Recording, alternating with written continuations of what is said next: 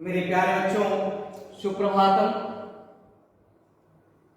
आज हम लोग विसर्ग संधि का अध्ययन करेंगे। इसके पूर्व हम लोगों ने संधि का परिभाषा, उदाहरण, स्वर संधि के भेद, दीर्घ, गुण, यण, वृद्धि और अयाज स्वर संधि और व्यंजन संधि के सूत्र और नियम सहित उसका हम लोगों ने अध्ययन कर लिया।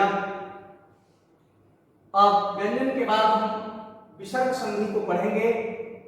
विसर्ग संधि की परिभाषा बताया था मैं एक दिन आप लोगों को कि विसर्ग के साथ स्वर संधि में बताया था मैं आप लोगों को, जहां पर स्वर वर्ण के साथ स्वर वर्ण का मेल होगा वहां स्वर संधि होगी। जहां हलंत वर्ण के साथ स्वर या व्यंजन वर्ण का मेल होगा वहां व्यंजन संधि होगी। और विसर्ग के साथ जहां स्वर या व्यंजन वर्ण का मेल होगा और उस मेल से जो विकार उत्पन्न होगा उसे ही हम विसर्ग संधि कहते हैं। विसर्ग के साथ, विसर्ग जानते हैं जो किसी वर्ण के पीछे लगता है, के रूप में इसका उच्चारण होता है। तो विसर्ग के साथ जब कोई स्वर या व्यंजन वर्ण का मेल होगा और इस मेल से जो विकार उत्पन्न होगा उसे ही हम व्यंजन संधि कहते हैं। जैसे यहां उदाहरण से स्पष्ट है, मनः धनरता बराबर मनोरथा। अब मनोरथा कैसे बना, इसके लिए हम आगे के नियम में पढ़ेंगे। पहला विसर्ग संधि का पहला सूत्र है हसी च। पहला सूत्र है हसी च और यह कहता है कि यदि विसर्ग के पहले जहां विसर्ग आता है, कोई संधि विच्छेद है तो उस विच्छेद के प्रथम पद के अंतिम वर्ण में जो विसर्ग होता है उस विसर्ग के पहले अस्वर रहे और बाद में किसी भी वर्ग का तृतीय वर्ण हो, चतुर्थ वर्ण हो या पंचम वर्ण हो। बार बार चर्चा कर रहे हैं हम, वर्ग कितने हैं? 5 हैं। क वर्ग, च वर्ग, ट वर्ग, त वर्ग और प वर्ग। तो वह किसी भी वर्ग का तृतीय वर्ण हो, चतुर्थ या पंचम हो, ग घ ङ हो, ज झ ञ हो या ड ढ अड़ हो, द ध न हो या ब भ म, ये पंचम वर्ण है। या य र ल व ह में से कोई वर्ण आए तो विसर्ग का उ हो जाता है और वही उ अपने पूर्ववर्ती अ से मिलकर के ओ का रूप धारण कर लेता है। ओ का रूप धारण कर लेता है। यहां जब उदाहरण देखेंगे तो स्पष्ट हो जाएगा। यहां लिखा मैंने सरह धन वरह। मैंने पढ़ा अभी इस सूत्र के माध्यम से कि यदि विसर्ग के पहले अ हो तो सरह में विसर्ग लगा है। र जो है इस वर्ण में अ है तभी अपूर्ण है, तो अ है यहां। सर को यदि हम र का वर्ण विन्यास करेंगे तो र धन अ बराबर र होगा। तो विसर्ग के पहले क्या है? अ है और यह सूत्र बता रहा है कि बाद वाले पद का जो प्रथम वर्ण है वह किसी वर्ग का तृतीय वर्ण हो, चतुर्थ वर्ण हो, पंचम वर्ण हो या यर अलावा भ में से कोई वर्ण हो तो इस विसर्ग का उ हो जाता है। इस विसर्ग का उ हो जाता है और यह विसर्ग जब उ हो जाएगा और ये अ है तो यह विसर्ग अधन उ हो गया है। तो अधन उ ए और गुण जानिए। तो मैं गुण स्वर संधि में पढ़ा था, हम लोगों ने गुण स्वर संधि में आप पढ़ा था कि अ या आ के बाद जब ई आएगा तो ए हो जाता है और अ या आ के बाद जब उ आएगा तो ओ हो जाता है। तो अ धन उ बराबर ओ। सूत्र निर्देशित कर रहा है कि विसर्ग का उ हो जाता है, अपने पूर्ववर्ती अ से मिलेगा और जब मिलेगा तो ओ हो जाएगा। तो जहां यह पद है सरह, अभी क्या हो गया? सरो। यहां लिखा है वरह, क्या हो गया? सरो वरह। इस नियम के अनुसार विसर्ग का ऊ हो जाता है, अपने पूर्ववर्ती अ से जब मिलता है तो मिलने के बाद ओ हो जाता है, तो यह हो जाएगा यशोधरा। क्या हो गया? ये यशोधरा बन गया, यशोधरा। यशोधरा। ठीक वैसे ही विसर्ग जो है ऊ हो जाता है और अपने पूर्ववर्ती अ से मिलता है तो हो जाता है यशोदा, बन गया यशोदा। एकदम बिल्कुल आसान। यहां हम लोगों ने जान लिया हसी सूत्र, इसे जो है उत्व संधि भी कहा जाता है। क्यों उत्व संधि कहा जाता है? क्योंकि यहां विसर्ग का ऊ होता है। जहां विसर्ग का ऊ होता है, विसर्ग संधि में 3 पढ़ना है हम लोगों को, उत्व, रुत्व और सत्व। यानी विसर्ग का ऊ होता है, विसर्ग का र भी होता है, वह रुत्व हो जाता है, और एक जगह विसर्ग का स भी होता है। तो तीनों का अध्ययन करेंगे, जिसमें पहला हम लोग उत्व का अध्ययन कर रहे हैं, जहां पर विसर्ग का ऊ होता है। दूसरा सूत्र ये भी उत्व के अंतर्गत में आता है, अतोरो प्लुताद प्लुते। ये बताता है कि यदि विसर्ग के पहले और बाद में, जहां विच्छेद हुआ है, यदि विसर्ग के पहले और विसर्ग के बाद में, विसर्ग के पहले और बाद में अ हो, तो विसर्ग अपने आगे पूर्ववर्ती अ से मिलकर के ओ हो जाता है, तथा बाद वाला अ जो है अर्ध अ हो जाता है। बाद वाला अ क्या हो जाता है? अर्ध अ हो जाता है, जो द की तरह लिखते हैं। जैसे सहधन अवदत, यहां क्या लिखा हमने? सहधन अवदत। विसर्ग के पहले अ हो, इस विसर्ग के बाद अ हो। विसर्ग के पहले भी स में अ है, बाद वाले पद का प्रथम वर्ण भी अ है। तो इस अतोरो प्लुताद प्लुते सूत्र के अनुसार यह इस विसर्ग का ऊ हो जाता है, ऊ अपने पूर्ववर्ती अ से मिलता है तो ओ हो जाता है, और यहां क्या हो जाएगा? सो। अवदत में जो अ है, कह रहा है कि बाद वाले पद में जो अ है वह अर्ध अ हो जाता है, तो सो अवदत। इस प्रकार लिखेंगे तब सही होगा। वर्ण विच्छेद करेंगे तो पुनः हो जाएगा सहधन अवदत। संधि विच्छेद में सहधन अवदत होगा, लेकिन जब संधि करेंगे तो क्या हो जाएगा हमारा? सो अवदत। बिल्कुल बात सच।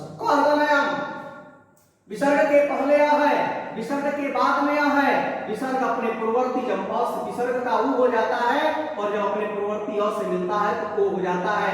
ये बन गया को। ये अ आता हो गया को अ, यम लिखा हुआ है, यह पद बन गया को अयम। ठीक वैसे ही प्रथमाधन अध्याय, प्रथमा जो पद है म में क्या है? अ है, बाद में भी अ है, विसर्ग के पहले भी अ है, विसर्ग के बाद भी अ है, विसर्ग का ऊ हो जाता है, अपने पूर्ववर्ती अ से मिलता है तो वो हो जाता है प्रथमो। ए अ आधा हो जाता है और बन गया प्रथमो अध्याय। अलग अलग लिखे तो हो गया प्रथमो अध्याय, और एक में लिखे तो प्रथमो अध्याय। लेकिन ये जो बाद वाले पद का प्रथम वर्ण अ है, यह अ एक साथ जब संधि होगी तो अ हो जाता है, अर्ध अ हो जाता है। इस बात का सदैव ध्यान रखेंगे। ये दो जो नियम है, ये उत्तु संधि, विसर्ग संधि में जहां विसर्ग का ऊ होता है उसको निर्देशित करते हैं, और ऊ के बारे में हम लोगों ने पहले ही पढ़ लिया है कि जहां अ के बाद ऊ आएगा, अ ऊ से मिलेगा तो अ धन ऊ बराबर ओ होता है। ऐसा हम लोगों ने स्वर संधि के दूसरे वेद गुण स्वर संधि में पढ़ चुके हैं, स्पष्ट है।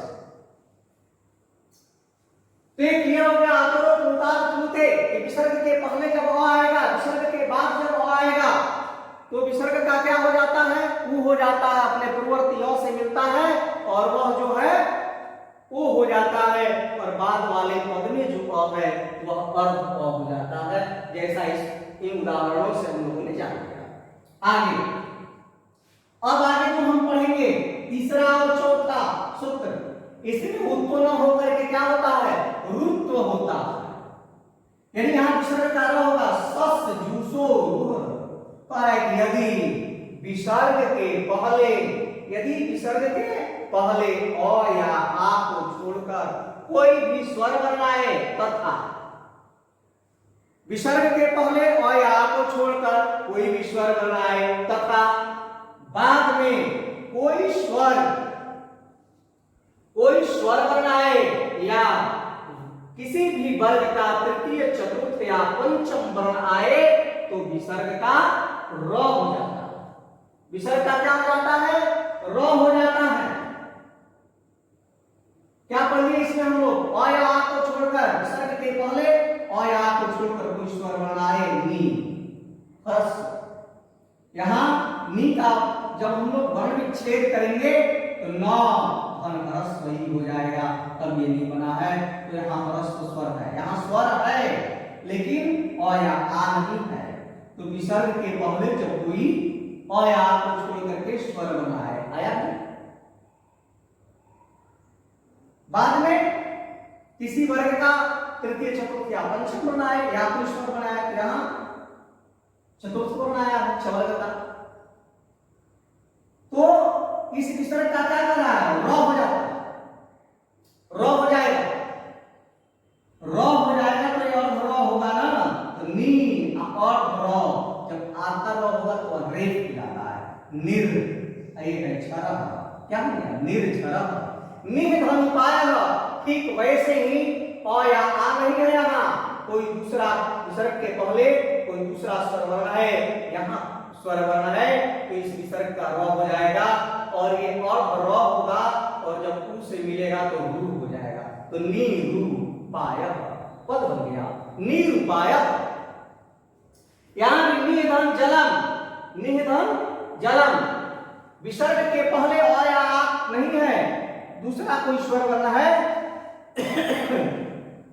तो इस विसर्ग का र हो जाएगा और यह विसर्ग जो है यहाँ व्यंजन है तो रेप में चला जाएगा। तो निर्जलम, निर्जलम यानी जब ऊपर रेप हो गया और पद बन गया निर्जलम। यह भी सस्तुषु स्पष्ट हो गया, रूप संधि है। इस सूत्र के अनुसार विसर्ग का र होता है। दो सूत्र जो हम लोगों ने पढ़ा, हसी छ औरतो प्लुतार प्लुते, इसके अनुसार जो है विसर्ग का क्या हो रहा था? उ हो रहा था, लेकिन सस्तुषु जहां हम पढ़ रहे हैं विसर्ग का र हो रहा है। इस नियम पर ध्यान दें। चौथा सूत्र रोरी, रोरी जो है इसके अनुसार भी विसर्ग का क्या हो जाता है? र हो जाता है। यहाँ लिखे हम, यदि विसर्ग के बाद र आए तो विसर्ग का पहला वाला ह्रस्व स्वर, विसर्ग का पहला वाला ह्रस्व स्वर दीर्घ हो जाता है। क्या बता रहे? यदि विसर्ग के बाद र आए, यानी बाद वाले पद का प्रथम वर्ण यदि र हो, बाद वाले पद का प्रथम वर्ण यदि र हो तो विसर्ग के पहले का जो ह्रस्व स्वर है वह दीर्घ हो जाता है और संधि हो जाती है। जैसे और यहां नीचे तथा विसर्ग का लोप हो जाता है, विसर्ग जो है वहां से भाग जाता है। निधन रव, विसर्ग के बाद र आया है, विसर्ग के बाद र आया है तो क्या कहा है कि विसर्ग, यदि विसर्ग के बाद र आएगा तो विसर्ग के पहले जो ह्रस्व स्वर है दीर्घ हो जाएगा। तो ये न में जो ह्रस्व की मात्रा लगी है, न में दीर्घ की मात्रा हो जाएगी, नी। अब विसर्ग का लोप हो जाएगा, रवा है तो क्या हो गया? नी रवा, निधन रोगा।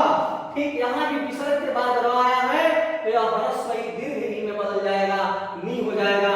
विसर्ग का जब लोप होगा एक साथ जुड़ेगा, पद बन जाएगा निरोगः। तो विसर्ग संधि के से संबंधित हम लोगों ने आज 4 सूत्रों को पढ़ा।